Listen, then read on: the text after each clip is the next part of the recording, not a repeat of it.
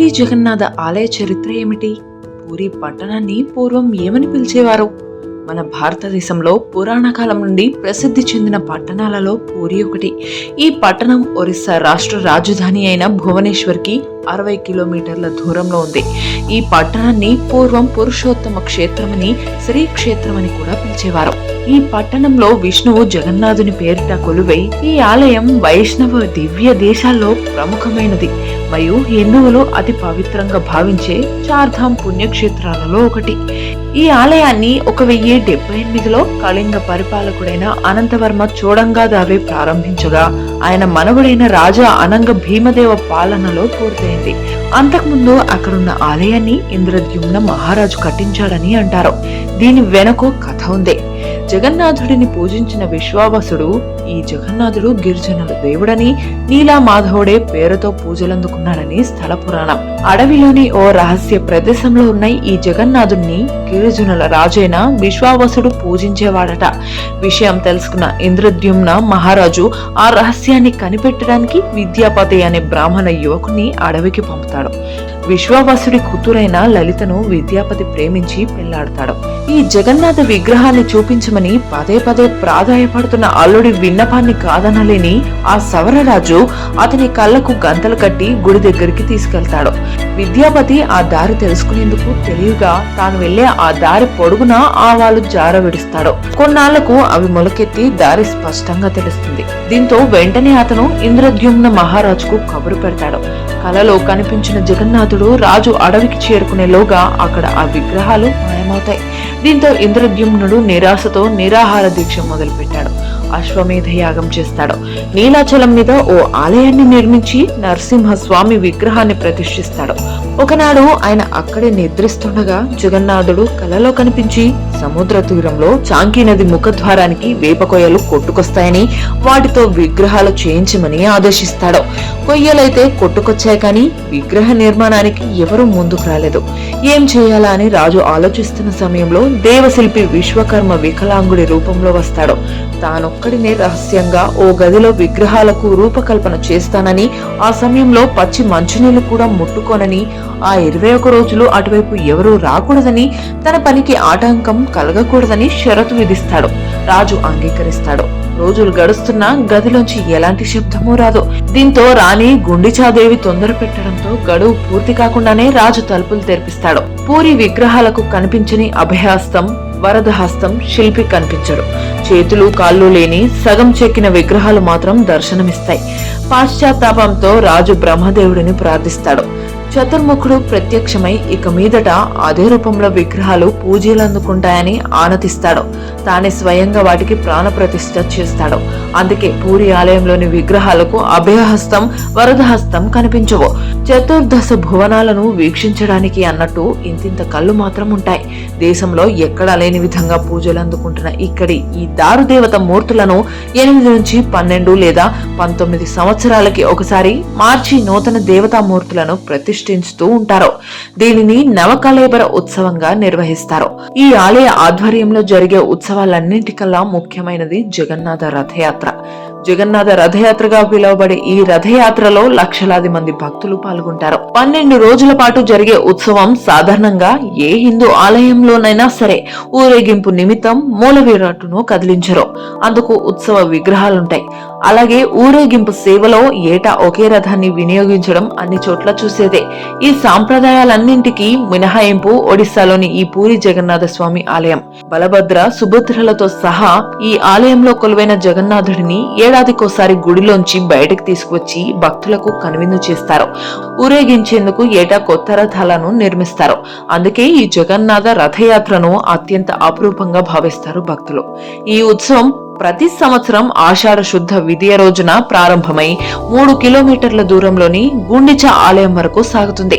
ఆ తర్వాత సుభద్ర, బలభద్ర సమేత జగన్నాథుని ఉత్సవ మూర్తులు బహుదా యాత్ర పేరిట తిరిగి పూరి ఆలయానికి చేరటంతో ముగుస్తుంది. ఇది 12 రోజుల పాటు జరిగే ఉత్సవం. ఈ యాత్రకి 2 నెలల ముందు నుంచి దీనికి సంబంధించిన ఏర్పాట్లు మొదలవుతాయి. రథం ఇలా ఉంటుంది. వైశాఖ బహుళ విధియ నాడు రథ నిర్మాణానికి కావలసిన ఏర్పాట్లు చేయమని ఆదేశిస్తాడు పూరిరాజు. అందుకు అవసరమైన వృక్షాలను 1072 ముక్కలుగా ఖండించి పూరికి తరలిస్తారు. ప్రధాన పూజారి, 9 మంది ముఖ్య శిల్పులు, వారి సహాయకులు, మరో 125 మంది కలిసి అక్షయ తృతీయ నాడు రథ నిర్మాణం మొదలు పెడతారు. 1072 వృక్ష భాగాలను నిర్మాణానికి అనువుగా 2188 ముక్కలుగా ఖండిస్తారు.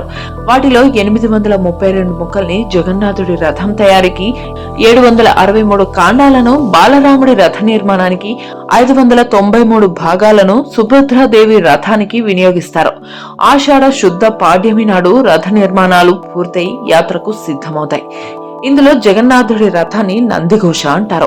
45 అడుగుల ఎత్తున ఈ రథం 16 చక్రాలతో మిగతా రెండింటికన్నా పెద్దదిగా ఉంటుంది. ఎర్రటి చారలున్న పసుపు వస్త్రంతో నందిఘోషను అలంకరిస్తారు. బలభద్రుడి రథాన్ని తాళధ్వజం అంటారు. దీని ఎత్తు 44 అడుగులు, 14 చక్రాలుంటాయి. ఎర్రటి చారలున్న నీలి వస్త్రంతో ఈ రథాన్ని కప్పుతారు. సుభద్రాదేవి రథం పద్మధ్వజం.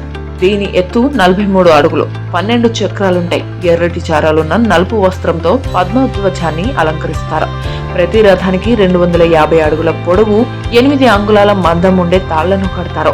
ఆలయ తూర్పు భాగంలో ఉండే సింహద్వారానికి ఎదురుగా ఉత్తరముఖంగా ఈ 3 రథాలని నిలబెడతారు. అంతా ఒక పద్ధతి ప్రకారం రథయాత్ర మొదటి రోజున మేళ తాళాలతో గర్భగుడిలోకి వెళ్లే పండాలు అని పిలువబడే ఇక్కడి పూజారులు ఉదయకాల పూజాధికారాలు నిర్వహిస్తారు. శుభముహూర్తం ఆసన్నమవగానే మణిమా అని పెద్ద పెట్టున అరుస్తూ రత్నపీఠం మీద నుంచి విగ్రహాలను కదిలిస్తారు. ఆలయ ప్రాంగణంలోని ఆనంద బజారు, అరుణ స్తంభం మీదుగా వాటిని ఊరేగిస్తూ బయటకు తీసుకువస్తారు. ఈ క్రమంలో ముందుగా దాదాపు 5.5 అడుగుల ఎత్తుండే బాలరాముడి విగ్రహాన్ని తీసుకువస్తారు. బలభద్రుణ్ణి చూడగానే జై బలరామ, జై జై బలదేవ అంటూ భక్తులు చేసే జయ జయ ధ్వనాలతో ఈ ప్రాంతమంతా మారుమోగుతోంది. బలరాముడి విగ్రహాన్ని ఆయన రథమైన తాళధ్వజంపై ప్రతిష్ఠింపజేస్తారు. అనంతరం ఆ స్వామి విగ్రహానికి అలంకరించిన తలపాగా, ఇతర అలంకరణలను తీసి భక్తులకు పంచిపెడతారు. వాటి కోసం భక్తులు ఎగబడతారు. అనంతరం ఇదే పద్ధతిలో సుభద్రాదేవి విగ్రహాన్ని కూడా బయటికి తీసుకొచ్చి పద్మధ్వజం అనే రథం మీద ప్రతిష్ఠిస్తారు. బంగారు చీపురుతో శుభ్రం చేసే సంస్థానాధీశులు సుభద్ర, జగన్నాథ, బలభద్రులు రథారూఢులైన యాత్రకు సిద్ధంగా ఉండగా పూరి సంస్థానాధీశులు అక్కడికి చేరుకుంటారు. జగన్నాథుడికి నమస్కరించి రథం మీదకి ఎక్కి స్వామి ముంగిట బంగారు చీపురుతో శుభ్రం చేస్తాడు. ఈ వేడుకను చెరాపహార అంటారు. అనంతరం స్వామిపై గంధం నీళ్లు చిలకరించి కిందికి దిగి రథం చుట్టూ 3 సార్లు ప్రదక్షిణం చేస్తాడు. ఇదే తరహాలో బాలరాముడిని, సుభద్రాదేవిని అర్చించి వారి రథాల చుట్టూ కూడా ప్రదక్షిణ చేస్తాడు. అనంతరం రథాలకు తాత్కాలికంగా అమర్చిన తాటి మెట్లను తొలగిస్తారు. ఇక యాత్ర మొదలవడమే తరువాయి. జగన్నాథుడి రథం మీదుండే ప్రధాన పండా నుంచి సూచన రాగానే కస్తూరి కళ్ళాపి చల్లి హారతిచ్చి జై జగన్నాథ అని పెద్ద పెట్టున అరుస్తూ తాళ్లను పట్టుకుని రథాన్ని లాగడం మొదలు పెడతారు. విశాలమైన బోడోదండ అని పిలువబడే ప్రధాన మార్గం గుండా ఈ యాత్ర ముందు గమనం సాగుతుంది. విశాలమైన బడోదండ అని పిలువబడే ప్రధాన మార్గం గుండా ఈ యాత్ర మందగమనంతో సాగుతుంది. నెమ్మదిగా కదిలే రథం లక్షలాది భక్తజనం నడుమ జగన్నాథుడి రథం అంగుళం చొప్పున చాలా నెమ్మదిగా కదులుతుంది. దీన్నే ఘోషయాత్ర అంటారు. భక్తుల తొక్కిసలాటలో చక్రాల కింద ఎవరైనా పడినా, దారిలో ఏ దుకాణమైనా అడ్డు వచ్చినా రథం వెనకడుగు వేసే ప్రసక్తే ఉండదు. అడ్డొచ్చిన దుకాణాలను కూలగొట్టైనా సరే ముందుకే నడిపిస్తారు. ఈ యాత్ర ఎంత నెమ్మదిగా సాగుతుందంటే జగన్నాథుడి గుడి నుంచి కేవలం 3 మైళ్ళ దూరంలో ఉండే గుండిచా గుడికి చేరుకోవడానికి దాదాపు 12 గంటల సమయం పడుతుంది. గుండిచా ఆలయానికి చేరుకున్నాక ఆ రాత్రి బయటే రథంలోనే మూల విరాట్లకు విశ్రాంతినిస్తారు. మర్నాడు ఉదయం మేళతాళాలతో గుడిలోకి తీసుకువెళ్తారు. వారం రోజుల పాటు గుండిచాదేవి ఆతిథ్యం స్వీకరించిన అనంతరం దశమి నాడు తిరుగు ప్రయాణం మొదలవుతుంది. దీన్ని బహుదా యాత్ర అని అంటారు. ఆ రోజు మధ్యాహ్నానికి 3 రథాలు జగన్నాథ ఆలయానికి చేరుకుని గుడి బయటే ఉండిపోతాయి. స్వామివారిని దర్శించుకునేందుకు బారులు తీరే భక్తులు మర్నాడు ఏకాదశి నాడు స్వామివార్లను బంగారు ఆభరణాలతో అలంకరిస్తారు. సునావేశగా వ్యవహరించే ఈ వేడుకను చూసేందుకు బారులు తీరారు భక్తులు. ద్వాదశి నాడు విగ్రహాలను మళ్లీ గర్భగుడిలోని రత్న సింహాసనంపై అలంకరించడంతో యాత్ర పూర్తయినట్లే. యాత్ర పేరిట 10 రోజులుగా స్వామి లేని ఆలయం నూతన జవజీవాలు పుంజుకుని కొత్త కళ సంతరించుకుంటుంది. ఇలాంటి ఎన్నో విశిష్టతలు, భిన్న సంస్కృతులు, సంప్రదాయాలు కలగలిసిన ఈ పూరి జగన్నాథుని ఆలయాన్ని ఏటో ఎన్నో లక్షల మంది సందర్శిస్తారు.